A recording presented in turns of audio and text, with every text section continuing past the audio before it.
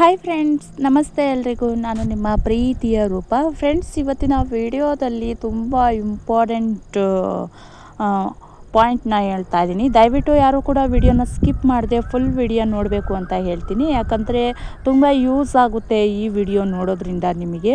So ನಾನು ಬೆಳಗ್ಗೆನೇ ಮಕ್ಕಳಿಗೆ ಟಿಫನ್ ಮಾಡಿ ಬಾಕ್ಸಿಗೆ ಹಾಕ್ತಾ ಇರುವಾಗ ನನಗೊಂಥರ ಸ್ಮೆಲ್ ಬಂತು. ಏನೋ ಸ್ಮೆಲ್ ಇದೆಯಲ್ಲ ಅಂತ ನಾನು ಯೋಚನೆ ಮಾಡ್ತಾಯಿದ್ದೆ. ಬಟ್ ಸ್ಮೆಲ್ ಬಂದ ತಕ್ಷಣ ಯಾಕೋ ಬೇಡ ಅಂತ ಅನ್ನಿಸ್ತು. ಈಗ ನನಗೆ ಈ ಸ್ಮೆಲ್ ತಡೆಯೋಕ್ಕಾಗ್ತಾಯಿಲ್ಲ. ಇನ್ನು ಮಕ್ಕಳು ಮಧ್ಯಾಹ್ನ ಟಿಫನ್ನ ಯಾವ ರೀತಿ ತಿಂತಾರೆ ಅನ್ನೋದ ಯೋಚನೆ ಮಾಡಿ ಬೇಡ ಅಂತ ನಾನು ಆ ಬಾಕ್ಸ್ನ ಇಟ್ಕೊಂಡು ಅದೇನಾಗಿದೆ ಅಂತ ಚೆಕ್ ಮಾಡೋಣ ಅಂತ ಆ ಬಾಕ್ಸ್ನ ಇಟ್ಕೊಂಡು ಬೇರೆ ಬಾಕ್ಸ್ಗೆ ಹಾಕ್ಕೊಂಡು ಟಿಫನ್ ಹಾಕ್ಸಿ ಅವ್ರನ್ನ ಸ್ಕೂಲಿಗೆ ಕಳಿಸಿದ್ದಾಯಿತು. ಸೊ ನಂತರ ನಂದು ಏನೆಲ್ಲ ಕೆಲಸ ಇದೆ, ಮನೆ ಕೆಲಸ ಏನಿದೆ ಅದೆಲ್ಲ ಮುಗಿಸ್ಕೊಂಡು ನಂತರ ಅದು ಯಾಕೆ ಸ್ಮೆಲ್ ಬರ್ತಾ ಇದೆ ಒಂದ್ಸಲ ಅಬ್ಸರ್ವ್ ಮಾಡೋಣ ಅಂತ ನೋಡಿದಾಗ ಅದು ಒಳಗಡೆಯಿಂದ ಬರ್ತಾ ಇರೋವಂಥ ಸ್ಮೆಲ್ಲು. ಯಾಕೆ ಈ ಥರ ಸ್ಮೆಲ್ ಬರ್ತಾ ಇದೆ? ಹಾಟ್ ಬಾಕ್ಸ್ ನೋಡಲಿಕ್ಕೆ ಮೇಲ್ಗಡೆ ಚೆನ್ನಾಗೇ ಇದೆ. ಸೊ ನಾವು ಮಾಡುವಂಥ ಒಂದು ದೊಡ್ಡ ಮಿಸ್ಟೇಕ್, ಸಣ್ಣ ಮಿಸ್ಟೇಕ್ ಅಂತ ಅಲ್ಲ, ದೊಡ್ಡ ಮಿಸ್ಟೇಕೆ. ಯಾಕಂದರೆ ಮಕ್ಕಳನ್ನ ಸ್ಕೂಲಿಗೆ ಕಳಿಸೋವಂಥ ತಾಯಂದರು ಎಲ್ಲರೂ ಕೂಡ ಮಕ್ಕಳಿಗೆ ನಾವು ಹಾಕ್ಕೊಡೋವಂಥ ಟಿಫನ್ನು ಮಧ್ಯಾಹ್ನ ಕೂಡ ಬಿಸಿ ಇರಲಿ ಅನ್ನೋ ಕಾರಣಕ್ಕೆ ಈ ಥರ ಹಾಟ್ ಬಾಕ್ಸ್ಗಳನ್ನ ಖರೀದಿ ಮಾಡೋದಂತೂ ಕಾಮನ್ನು. ಸೊ ಯಾವುದೇ ಪಾತ್ರೆ ಅಂಗಡಿಗೆ ಹೋಗಲಿ ಅಥವಾ ಬಾಕ್ಸ್ಗಳನ್ನ ತರಲಿಕ್ಕೆ ಹೋಗಲಿ, ಸೊ ಎಲ್ಲೇ ಹೋದರೂ ನಾವು ಹಾಟ್ ಬಾಕ್ಸ್ಗಳನ್ನೇ ಹುಡುಕ್ತೀವಿ. ಸೊ ಏನಕ್ಕೆ ಹುಡುಕ್ತೀವಿ ಅಂದರೆ ಅಲ್ಲಿ ನಾವು ಹಾಕುವಂಥ ಟಿಫನ್ ಏನಿದೆ ಅದು ಮಧ್ಯಾಹ್ನ ಕೂಡ ಟಿಫನ್ ಬಿಸಿ ಇರಲಿ, ಅವ್ರಿಗೆ ತಿನ್ನಲಿಕ್ಕೆ ಈಸಿ ಆಗಲಿ. ಹಾಗೆ ಒಂದು ಸ್ವಲ್ಪ ಏನಾದರೂ ಸ್ಟೀಲ್ನಲ್ಲೇ ಹಾಕಿದರೆ ತಣ್ಣಗಾಗೋಗಿರುತ್ತೆ. ಮಧ್ಯಾಹ್ನ ಅಷ್ಟರಲ್ಲೇ ಅದನ್ನು ತಿನ್ನಲಿಕ್ಕೆ ಆಗಲ್ಲ.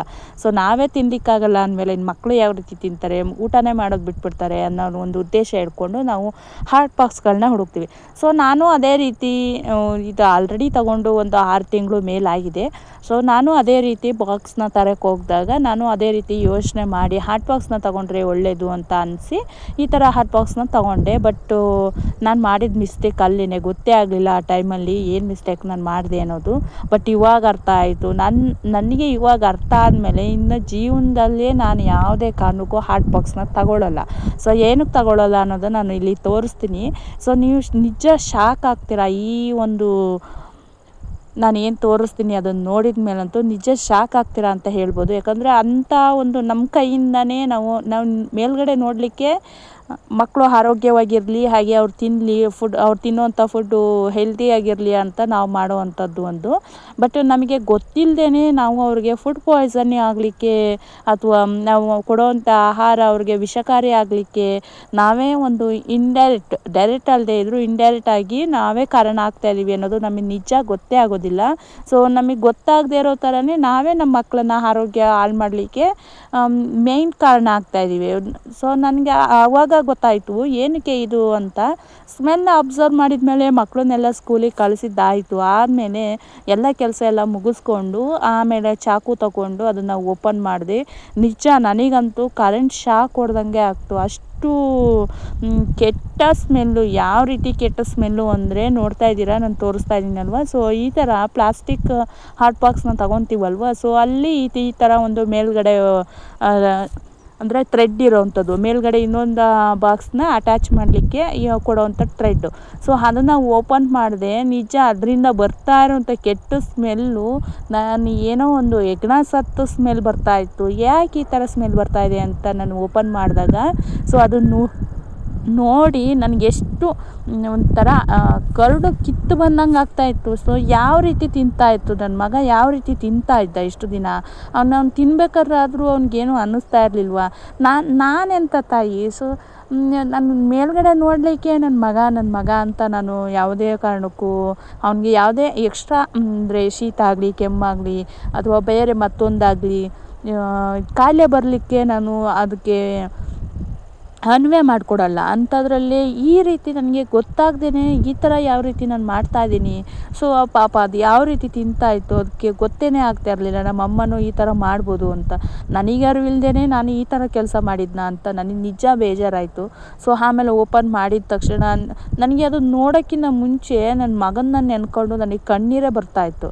ಸೊ ಯಾವ ರೀತಿ ತಿಂತಾಯಿತ್ತು, ಏನಾದರೂ ಹೆಚ್ಚು ಕಡಿಮೆ ಆಗಿದರೆ ಏನು ಮಾಡಬೇಕಿತ್ತು ಅಂತ ಎಲ್ಲ ಯೋಚನೆ ಮಾಡಿ ನನಗೆ ನಿಜ ಕಣ್ಣೀರು ಬರ್ತಾಯಿತ್ತು.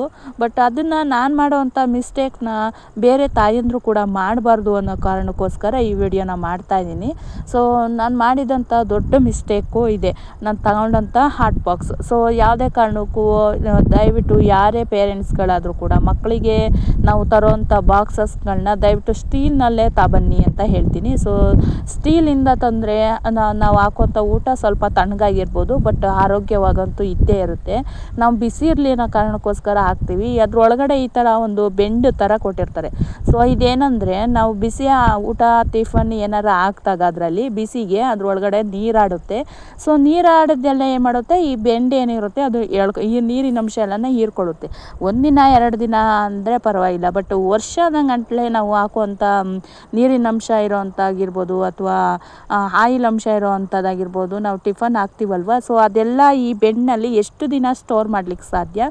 ಸೊ ಅಲ್ಲಿ ಏನಾಗುತ್ತೆ ಅಂದರೆ ಅದು ನಾವು ಮಾಡೋವಂಥ ಎಲ್ಲ ನೀರಿನ ಅಂಶ ಆಗಿರ್ಬೋದು, ಎಣ್ಣೆ ಜಿಡ್ಡಿನ ಅಂಶ ಇರ್ಬೋದು, ಎಲ್ಲ ಒಂದು ಕಡೆ ಸ್ಟೋರ್ ಆಗಿ ಈ ಥರ ಹುಳ ಆಗಲಿಕ್ಕೆ ಅನುವು ಮಾಡಿಕೊಡುತ್ತೆ. ಸೊ ನಾವು ಆವಾಗಲೇ ಓಪನ್ ಮಾಡಿ ನೋಡಿದರೆ ಪರವಾಗಿಲ್ಲ, ಬಟ್ ನಾವು ನೋಡದೆ ಮಾಡುವಂಥ ಮಿಸ್ಟೇಕಿಂದ ನೋಡಿ ಚಿಕ್ಕ ಚಿಕ್ಕ ಹುಳಗಳು ಸ್ಟಾರ್ಟ್ ಆಗಿದ್ದಾವೆ ಆಲ್ರೆಡಿ.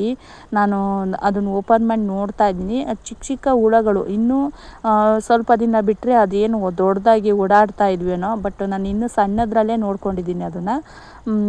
ಥ್ಯಾಂಕ್ ಗಾಡ್ ನನಗೆ ಮುಂಚೆನೇ ಅನುಮಾನ ಬಂದು, ಸ್ಮೆಲ್ಲಿಂದ ಅನುಮಾನ ಬಂದು ನಾನು ಓಪನ್ ಮಾಡಿ ಏನೋ ಒಂದು ಹೆಚ್ಚು ಕಡಿಮೆ ಆಗೋಕ್ಕಿಂತ ಮುಂಚೆನೇ ಎಚ್ಚೆತ್ಕೊಂಡಿದ್ದಕ್ಕೆ ಒಂದು ಕಡೆ ದೇವ್ರಿಗೆ ಥ್ಯಾಂಕ್ಸ್ ಹೇಳಬೇಕಾ ಅಥವಾ ಇನ್ನೊಂದು ಕಡೆ ನಾನಿಂಥ ತಾಯಿ ಅಂತ ನನಗೆ ನಾನೇ ಶಾಪ ಹಾಕ್ಕೊಬೇಕಾ ಅನ್ನೋದು ನಿಜ ನನಗೆ ಗೊತ್ತಾಗ್ತಾ ಇಲ್ಲ. ಅಷ್ಟು ಬೇಜಾರಾಯಿತು ನನಗೆ. ದಯವಿಟ್ಟು ಯಾವುದೇ ಪೇರೆಂಟ್ಸ್ಗಳಾದರೂ ಕೂಡ ಈ ಥರ ಬಾಕ್ಸಸ್ಗಳನ್ನ ತರಬೇಕಾದ್ರೆ ದಯವಿಟ್ಟು ಯೋಚನೆ ಮಾಡ್ಕೊತಾ ಬನ್ನಿ. ಸೊ ನಾವು ಒಳ್ಳೇದೇ ಮಾಡ್ತಾಯಿದ್ದೀವಿ ಅಂತ ಅನ್ಕೋತೀವಿ, ಬಟ್ ಅಲ್ಲಿ ನಾವು ಒಳ್ಳೇದು ಮಾಡ್ತಾಯಿದ್ದೀವಿ ಅಂತ ಮೇಲ್ಗಡೆ ಅಷ್ಟೇ ಅನಿಸುತ್ತೆ. ಬಟ್ಟು ನಾವು ಇಂಡೈರೆಕ್ಟಾಗಿ ನಾವು ಮಕ್ಕಳಿಗೆ ವಿಷಪೂರಿತ ಆಹಾರನ ಕಳಿಸ್ತಾ ಇದ್ದೀವಿ ಅಂತ ನಾವು ಅರ್ಥ ಮಾಡ್ಕೊಬೇಕು. ದಯವಿಟ್ಟು ಪೇರೆಂಟ್ಸ್ಗಳು ನಿಮ್ಮಲ್ಲಿ ಕೈ ಮುಗಿದು ಕೇಳ್ಕೊತೀನಿ, ಈ ಥರ ಬಾಕ್ಸಸ್ಗಳನ್ನ ದಯವಿಟ್ಟು ತರಬೇಡಿ. ನೋಡಲಿಕ್ಕೆ ಮೇಲ್ಗಡೆ ಚೆಂದ ಉಂಟು, ಒಳ್ಳೊಳ್ಳೆ ಡಿಸೈನ್ಸ್ಗಳಾಗಿ ಹಾಟ್ ಬಾಕ್ಸ್ ಒಳಗಡೆ ಸ್ಟೀಲ್ ಇರುತ್ತೆ, ಮೇಲ್ಗಡೆ ಪ್ಲಾಸ್ಟಿಕ್ ಇರುತ್ತೆ, ಬಟ್ ಮಧ್ಯದಲ್ಲಿ ಬೆಂಡಿಂದ ಆವೃತವಾಗಿರುತ್ತೆ. ಸೊ ದಯವಿಟ್ಟು ತರುವಾಗ ಈ ಥರ ಒಂದು ಬಾಕ್ಸಸ್ನ ದಯವಿಟ್ಟು ತರಬೇಡಿ. ನಾನು ಇವತ್ತೇ ಇದನ್ನು ಡಸ್ಟ್ಬಿನ್ಗೆ ಅಥವಾ ವೇಸ್ಟೇಜ್ ಮಾರೋರು ಬರ್ತಾರಲ್ವ, ಸೊ ಅವರಿಗೆ ಹಾಕ್ಲಿಕ್ಕೆ ರೆಡಿಯಾಗಿದ್ದೀನಿ. ಈ ಬಾಕ್ಸ್ ಅಂತೂ ನಿಜವಾಗ್ಲೂ ಇದೇ ಲಾಸ್ಟ್ ಆ್ಯಂಡ್ ಫೈನಲ್. ಯಾವುದೇ ಕಾರಣಕ್ಕೂ ಈ ಥರ ಬಾಕ್ಸಸ್ಗಳನ್ನ ತರಲಿಕ್ಕೆ ನಾನು ತರಲ್ಲ. ನನಗೆ ಗೊತ್ತಿರೋರು ಯಾರಾದ್ರು ತಗೊಳ್ತಾ ಇದ್ದರೆ ನಾನು ಅವರಿಗೂ ಕೂಡ ಸಜೆಷನ್ ಮಾಡ್ತೀನಿ, ದಯವಿಟ್ಟು ಇದನ್ನು ತಗೊಬೇಡಿ ಅಂತ. ಸೊ ಹಾಗೆಯೇ ನನ್ನ ಯೂಟ್ಯೂಬ್ ವ್ಯೂವರ್ಸ್ಗೆ, ಹಾಗೆ ಸಬ್ಸ್ಕ್ರೈಬರ್ಸ್ಗೆ, ಹಾಗೆ ಯೂಟ್ಯೂಬ್ ಫ್ರೆಂಡ್ಸ್ಗೆ ನಾನು ತಿಳಿಸ್ಬೇಕು. ಯಾಕಂದರೆ ತುಂಬ ಜನ ಮಕ್ಕಳನ್ನ ಶಾಲೆ ಕಳಿಸುವಾಗ, ಸ್ಕೂಲಿಗೆ ಕಳಿಸುವಾಗ, ಕಾನ್ವೆಂಟಿಗೆ ಕಳಿಸುವಾಗ, ಸೊ ಅವರೆಲ್ಲ ಮಕ್ಕಳು ಆರೋಗ್ಯವಾಗಿರಲಿ, ಒಳ್ಳೊಳ್ಳೆ ಟಿಫನ್ನ ತಿನ್ನಲಿ ಅಂತ ಸ್ನ್ಯಾಕ್ಸ್ ಆಗಿರ್ಬೋದು ಅಥವಾ ಮಧ್ಯಾಹ್ನ ಟಿಫನ್, ಬೆಳಗ್ಗೆ ಟಿಫನ್, ಮಧ್ಯಾಹ್ನ ಊಟ ಅಂತ ಹಾಕಿ ಕಳಿಸೋವಂಥದ್ದು ಇದರಲ್ಲಿ ನಾವು ಅಷ್ಟೆಲ್ಲ ಮಾಡ್ತೀವಂತೆ. ಬೆಳಗ್ಗೆ ಎದ್ದು ಸಂಜೆ ತನಕ ಮಕ್ಕಳಿಗೋಸ್ಕರ ಮಾಡದಿರೋಂಥ ಕೆಲಸ ಇಲ್ಲ. ನಮ್ಮ ಮಕ್ಕಳಿದ್ದಾರೆ ಅಂತ ಮಕ್ಕಳನ್ನ ಎಷ್ಟು ಜವಾಬ್ದಾರಿಯಿಂದ ನೋಡ್ಕೊತಿರ್ತೀವಿ, ಎಷ್ಟು ಕೇರ್ಫುಲ್ಲಾಗಿ ನೋಡ್ಕೊತಿರ್ತೀವಿ. ಸೊ ನಮಗೆ ಗೊತ್ತಿಲ್ಲದೆ ಆಗೋವಂಥ ಇದೊಂದು ಮಿಸ್ಟೇಕಿಂದ ಮಕ್ಕಳು ಜೀವಕ್ಕೆ ಅಪಾಯ ಆಗುವಂಥದ್ದು ಅಥವಾ ಫುಡ್ ಪಾಯ್ಸನಿಂಗ್ ಆಗುವಂಥದ್ದು ಈ ಥರ ಪ್ರಾಬ್ಲಮ್ ಆಗುತ್ತೆ. ದಯವಿಟ್ಟು ಈ ಥರ ಬಾಕ್ಸ್ಗಳನ್ನ ತರಬೇಡಿ ಅಂತ ಹೇಳ್ತಾ ಇದ್ದೀನಿ. ಸೊ ನೀವು ಯಾರಾದರೂ ತರ್ತಾ ಇದ್ದರೆ ಹಿಂದೆ ಸ್ಟಾಪ್ ಮಾಡಿ. ಹಾಗೆ ನಿಮ್ಮ ಪಕ್ಕದಲ್ಲಿ ಅಥವಾ ನಿಮಗೆ ಗೊತ್ತಿರೋರು, ಪರಿಚಯ ಇರೋರು ಏನಾದರೂ ಈ ಥರ ಪರ್ಚೇಸಿಂಗ್ ಮಾಡ್ತಾಯಿದ್ರೆ ಪರ್ಚೇಸ್ ಮಾಡೋಕ್ಕಿಂತ ಮುಂಚೆನೇ ಹೇಳಿಬಿಡಿ ಅವ್ರಿಗೆ ಈ ಥರ ತರಬೇಡಿ ಅಂತ. ಸೊ ಹಾಗೆ ನಿಮ್ಮ ಮನೆಯಲ್ಲಿ ಏನಾದರೂ ಬಳಸ್ತಾ ಇದ್ದರೆ ಫಸ್ಟು ಹಿಂದೆನೇ ಇವತ್ತೇ ಓಪನ್ ಮಾಡಿ ನೋಡಿ, ನೀವೇ ಅಬ್ಸರ್ವ್ ಮಾಡಿ ನಾನು ಯಾವ ರೀತಿ ಓಪನ್ ಮಾಡಿದೆ ಚಾಕುವಿನಿಂದ. ಸೊ ಆ ರೀತಿ ನೀವು ಓಪನ್ ಮಾಡಿ ನೋಡಿ, ಅಬ್ಸರ್ವ್ ಮಾಡಿ, ನಿಮ್ಮ ಕಣ್ಣಿಗೆ ಅದು ಸರಿ ಅನಿಸುತ್ತಾ ತಪ್ಪು ಅನಿಸುತ್ತಾ ಅದನ್ನು ನೋಡಿಕೊಂಡು ನೀವು ಬಳಸಬೇಕಾ ಬೇಡವಾ ಅಂತ ಡಿಸೈಡ್ ಮಾಡಿ. ಸೊ ನನಗಂತೂ ಅನಿಸುತ್ತೆ ಇದನ್ನು ಬಳಸೋದನ್ನ ಇವತ್ತೇ ಲಾಸ್ಟ್ ಮಾಡಬೇಕು ಅಂತ. ಸೊ ನನಗೆ ತಿಳಿಸಿದ್ದೀನಿ, ಅದ್ರ ಮೇಲೆ ನಿಮಗೆ ಬಿಟ್ಟಿದ್ದು.